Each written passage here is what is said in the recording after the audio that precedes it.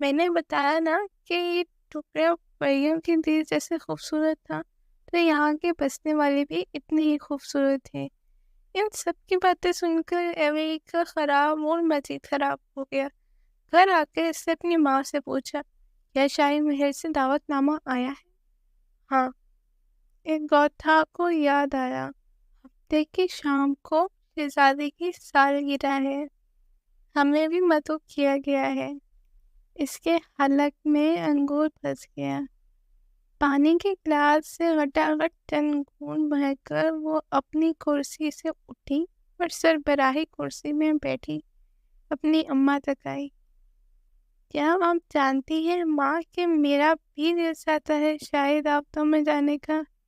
نیز پر ایک ہاتھ رکھ کر وہ جھکی اور اس کی آنکھوں میں دیکھتے ہوئے کہنے لگی، یہ تو اچھی بات ہے ولی تم، میرا بھی دل چاہتا ہے کہ لوگ ستائش سے مجھے دیکھیں، میری تعریف کریں، مجھے سراہیں، باقی لڑکیوں کی طرح میں بھی خوش رنگ ملبوسات پہنوں، پھولوں سے بنے زیورات پہنوں۔ اس کی آنکھوں سے آنسو ٹوٹ ٹوٹ کر گرنے لگے۔ ایک گوتھا تڑپ گئی، نہیں ولی، پر وہ سنے بغیر بولتی رہی۔ میرا بھی دل چاہتا ہے کہ میں خوبصورتی کے دور میں حصہ لوں اور یہ امید رکھوں کہ شہزادہ مجھ تک آئے گا اور پوچھے گا کیا میں اس کے ساتھ ڈانس کروں گی، اور میں نزاکت سے اپنا ہاتھ اس کے ہاتھ میں تھما دوں گی۔ ولی ولی ولی گوتھا کھڑی ہوئی اور اس کے کندھوں سے تھام کر اس کے آنسو صاف کیے۔ میری جان، تم بہت خوبصورت ہو، تم بہت اچھی ہو، تم خوش رنگ لباس پہن سکتی ہو اور پھولوں کے زیورات بھی۔ غلط، آپ اور بونی دونوں جھوٹ کہتے ہیں۔ سچ وہ ہے جو میں لوگوں کی آنکھوں میں ہر روز دیکھتی ہوں۔ وہ بے دور ہٹی۔ کیا دیکھتی ہو تم؟ واٹسن جانے کب آیا تھا ڈرائنگ روم کی چوکھٹ پر کھڑے ہو کر اس نے ساری باتیں سنی تھی اور فکر مندی سے پوچھتا ہوا آ گیا۔ گرلی نے چونک کر اپنے باپ کو دیکھا۔ بڑھاپے کا عکس تک واٹسن کے چہرے پر نہیں تھا۔ قصبے کے دیگر لوگوں کی طرح وہ بھی انتہائی خوبصورت مرد تھا۔ بتاؤ کیا دیکھتی ہوں؟ اس اپنے لیے تمسخر، طنز اور تحقیر، وہ سب مجھ پر ہنستی ہے، میرا مذاق اڑاتی ہے، ان کے کہکے ہر وقت میرے کانوں میں گونجتے ہیں۔ او وہی، تم ایسے کیوں سوچتی ہو بیٹا؟ تم کسی سے کم نہیں ہو، وہ کیوں ہمارا مذاق اڑائیں گی؟ اس نے بیٹی کے نم چہرے پہ ہاتھ رکھا۔ کیونکہ میں آپ جیسی نہیں ہوں بلکہ اپنی ماں جیسی ہوں۔ ولی اس بار واٹسن کی تنبیہی پکار میں ہلکا ہلکا غصہ تھا۔ ایک گوتھا نے کر سے چہرہ چکا لیا۔ اسی لمحے زور سے دروازہ بند ہونے کی آواز آئی۔ واٹسن اگاتھا کو دیکھ رہا تھا اور اگاتھا مایوسی سے ولی کی کمرے کے بند دروازے کو۔ آسمان گہرا ہونے لگا تھا۔ قصبے کے گھروں میں گندیلیں روشن ہو گئی۔ وونی گوتھا کے کمرے میں اس کے سامنے کاؤچ پر بیٹھی تھی۔ اس کے چہرے پر سوچ کی گہری لکیریں تھیں۔ وہ کبھی آگے نہیں بڑھ سکے گی۔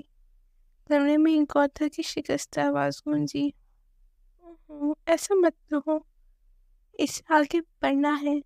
اگر اسے لگتا ہے کہ شاہی دعوت میں جانا اور باقی لڑکیوں سے مقابلہ کرنے سے معتبر بنا سکتا ہے تو ہمارے پاس یہی موقع ہے، اسے وہاں لے کر جاؤ۔ اس کے چہرے پہ کوئی آس نہیں چمکی، وہ کبھی اس کے لیے راضی نہیں ہوگی۔ وہاں جانے کی خواہش ضرور ہے پر وہ خود کو اس قابل نہیں سمجھتی۔ اپنے کمرے میں بستر پر درواز ایورلی کا چہرہ آنسوؤں سے تر تھا۔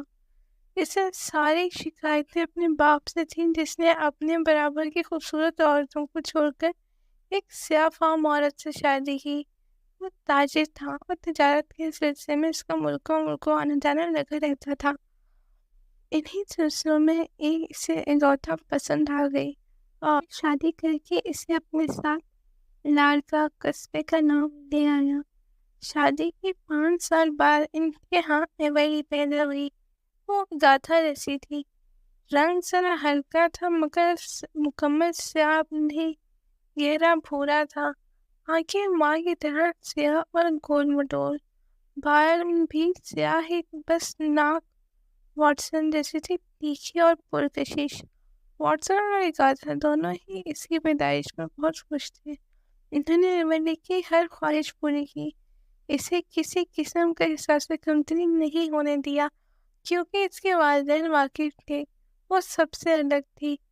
وہ جیسے جیسے وہ بڑی ہوتی گئی اپنے آپ سے نفرت ہوتی گئی۔ اگر اس کا باپ کسی سنہری رنگت والی لڑکی سے شادی کر لیتا تو وہ بھی اتنی خوبصورت ہوتی باقی لڑکیوں کی طرح۔ بونی مسلسل دروازے پہ دستک دیتی ہوئی اسے وعدہ دے رہی تھی۔ ایبل نے جھٹکے سے بستر سے اتری اور دروازہ کھول دیا۔ بونی نے ذرا سا روشنیوں میں نظر آتے اس کے بھیگے چہرے کو افسوس اور درہم سے دیکھا۔ کیوں خود کو تکلیف دیتی ہو ولی؟ تمہاری ماں تمہاری وجہ سے بہت پریشان ہے بیٹا۔ اس نے دونوں ہاتھوں سے اپنا چہرہ رگڑا۔ کسی کو میری پرواہ نہیں ہے، مجھے اس بات سے کوئی فرق نہیں پڑتا۔ پرواہ ہے۔ وہ اس کے سامنے آ کر بیٹھی۔ اس اگوتھا نے تمہارے لیے نہایت قیمتی پوشاک تیار کروائی ہے۔ اوہ ولی، اس کا گاؤن کی چمک ابھی تک میری آنکھوں کو خیرہ کیے ہوئے ہے۔ دیکھا، جب تم اسے پہن کر شاہی دعوت پر جاؤ گی تو مہر کا حسن بھی تمہارے آگے مانند پڑ جائے گا، اور میرے تن سے لگ کر اس پوشاک کی قیمت اور حسن دونوں ہی مان پڑ جائیں گے۔ مجھے بناؤ سنگھار کا کوئی شوق نہیں ہے اور نہ ہی شاہی دعوت میں شرکت کا۔ مگر کیوں؟ تمہارے پاس تو سب کچھ ہے، محبت کرنے والے ماں باپ، لباس، جوتے، زیورات، جنہیں پانے کے لیے تمہیں نہ دعا کرنی پڑی اور نہ ہی مشقت۔ کیا تم نے سنڈریلا کی کہانی نہیں سنی؟ اس کے پاس کچھ نہیں تھا، تعلیم سے بھری ماں اور بہنوں کی مظالم کے باوجود وہ اپنے ہاتھے اپنا خواب پورا کرنے کے لیے وار میں شریک ہوئے۔ کیا تم نے اس کی کہانی سے سبق سیکھ کر اپنے احساس کمتری پر قابو نہیں پا سکتی؟ بونی کے لیے اس کی خودترسی، ڈٹائی اور ضد کو برداشت کرنا مشکل ہونے لگا، پر اسے تحمل کا مظاہرہ کرنا تھا۔ آج وہ کچھ ٹھان کر آئی تھی۔ وہ خوبصورت تھی، سنہرے بالوں والی لڑکی جس کے پاؤں تک نازک تھے کہ کانچ کا وہ جوتا اس کے ٹاؤن کی باقی سب لڑکیوں کے لیے بہت چھوٹا تھا۔ وہ سنڈریلا کی کہانی کا کوئی بدہ سا کردار ہو سکتی ہوں، پر سنڈریلا نہیں۔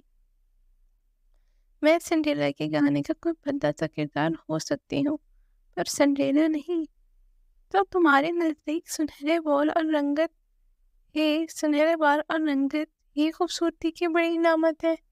بونی نے گہری سانس کھینچ کر خارج کی اور کمرے کے کھلے دروازے کے اندر داخل ہوا، جس کی چوکھٹ تھامے کو تھا بہت بے بس کھڑی تھی۔ تم نے تمہاری ماں سے وعدہ کیا تھا کہ تمہیں سمجھاؤں گی۔ میں نے تمہاری ماں سے وعدہ کیا تھا اور تمہارے اندر کہیں چھپی پراعتماد ایولی کو باہر لاؤں گی، پر تم مجھے کامیاب نہیں ہونے دے رہی ولی۔ میں نے سوچا نہیں تھا کہ دوبارہ کبھی اس کے پاس جانے کی ضرورت پڑے گی۔ آخری جملے پر ایولی نے چونک کر گردن اٹھائی۔ اس کی بات کر رہی ہو؟ بونی نے بتانے سے پہلے اگوتھا کا اشارہ کیا۔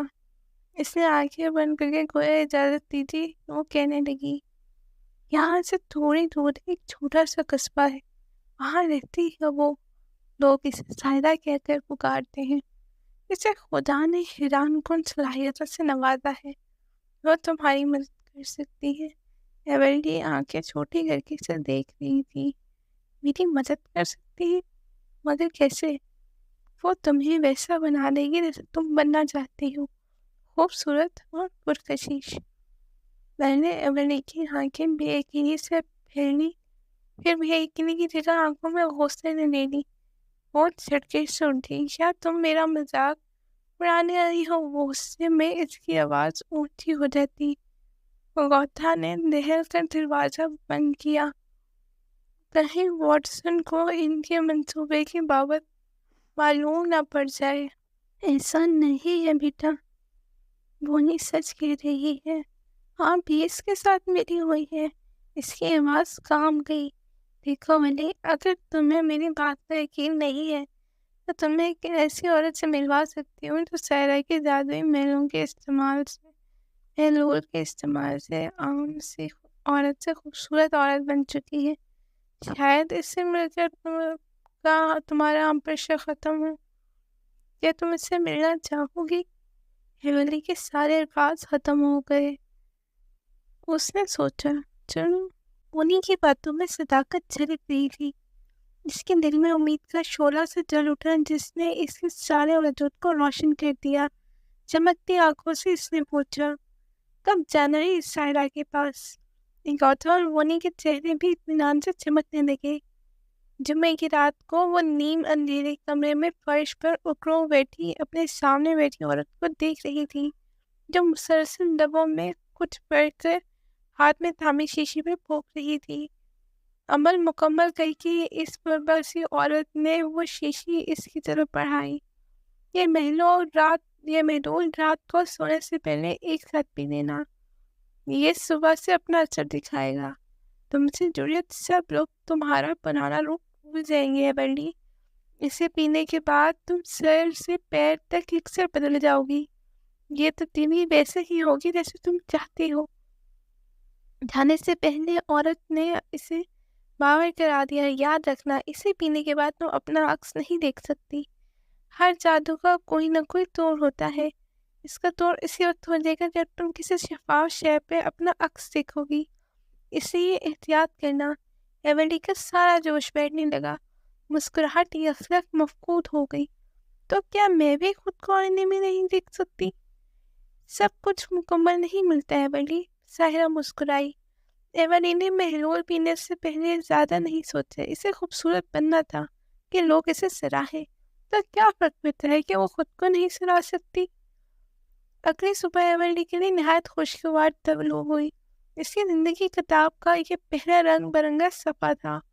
آج اس نے گلابی رنگ کا ٹخنوں کو چھوٹا لباس پہنا اور سفید اور گلابی پھولوں کا تاج سر پہ سجا لیا۔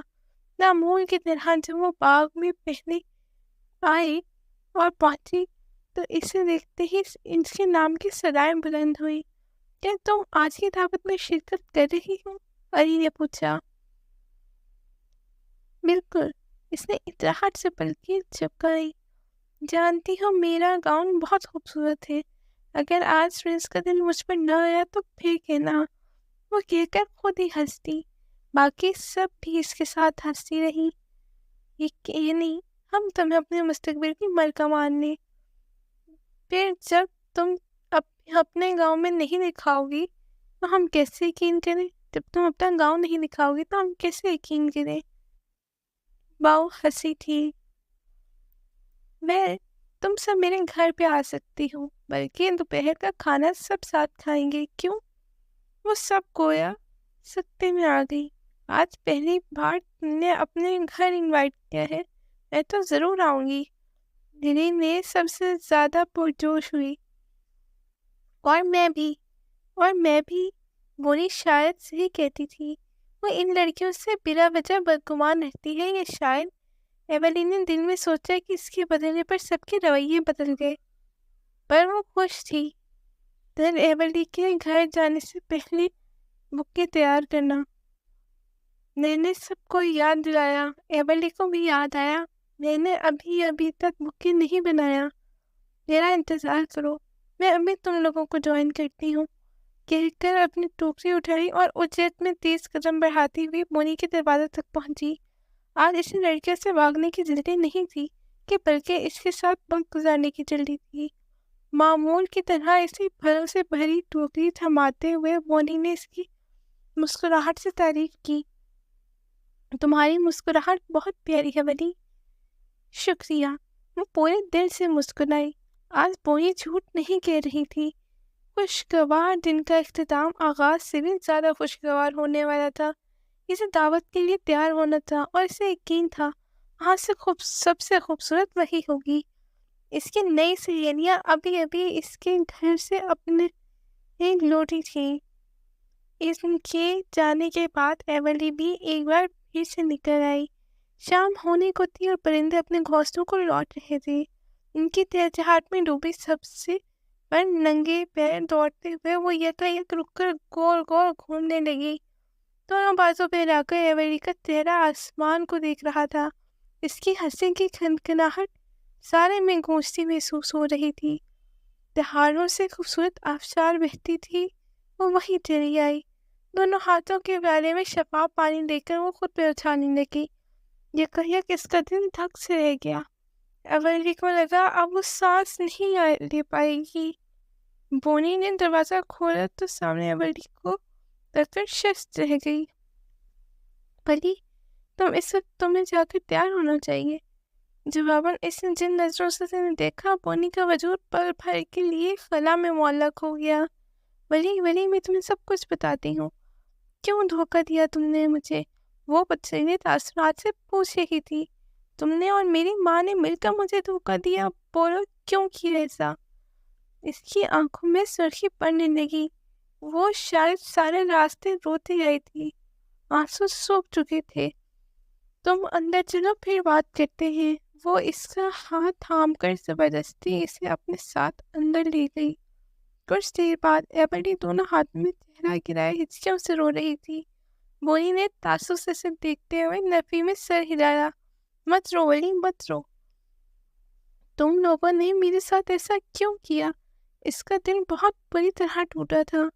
اگر میں اپنے ہاتھوں کو نہ دیکھتی، اپنے سیاہ بندے ہاتھوں کو نہ اس خیمے میں شاہی محل میں چلی جاتی کہ میں خوبصورت ہو گئی ہوں، تو کیا ہوتا؟ مونی کے سوال پر وہ رکھے سے دیکھنے لگی۔ کیا مطلب؟ کیا ہوتا؟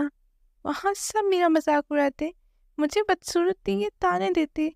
کیا صبح سے کسی نے تمہارا مذاق اڑایا؟ ایولی کے آنسو رک گئے۔ پر بولا ایولی، کیا صبح سے کسی نے تمہیں تانا دیا؟ جواب دو۔ وہ ایک ایک لفظ میں زور توڑ کر بولی۔ نہیں، شاید اس کا نہیں صرف اسے ہی سنائی دیا تھا۔ کیوں نہیں؟ وہ جادوئی محلول تو نکلی تھا۔ تم تو ویسی ہی تھی ولی، جیسے تم ہو۔ پھر کیسے تمہارا دن آج اتنا اچھا گزرا؟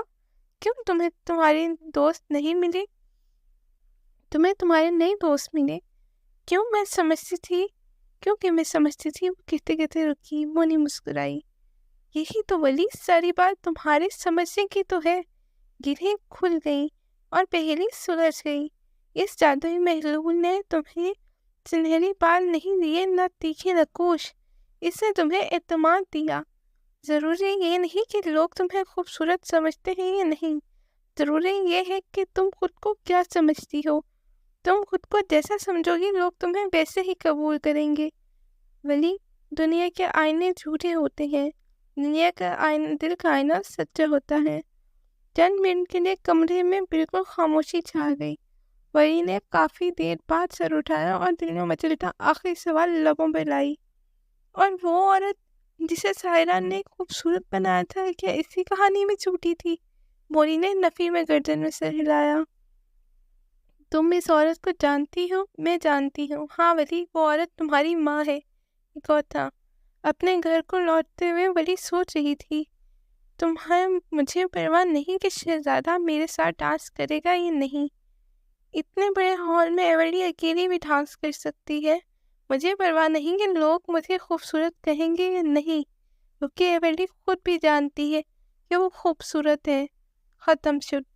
So this was such a beautiful novel کہ جس سے ہمیں اتنا اچھا اور خوبصورت میسج ملا کہ جیسا آپ ہوتے ہیں ویسے ہی آپ کو لوگ ملتے ہیں۔ ڈزنٹ میٹر کیا آپ کے نقوش کیسے ہیں، کیا آپ کو کانفیڈینس کیسا ہے۔ سو اس شارٹ سی اسٹوری پہ آپ لوگ بھی اپنا کمنٹس میں اپنی رائے دیں کہ آپ لوگوں نے کیا سیکھا اور کیا سوچا۔ سو بائے بائے۔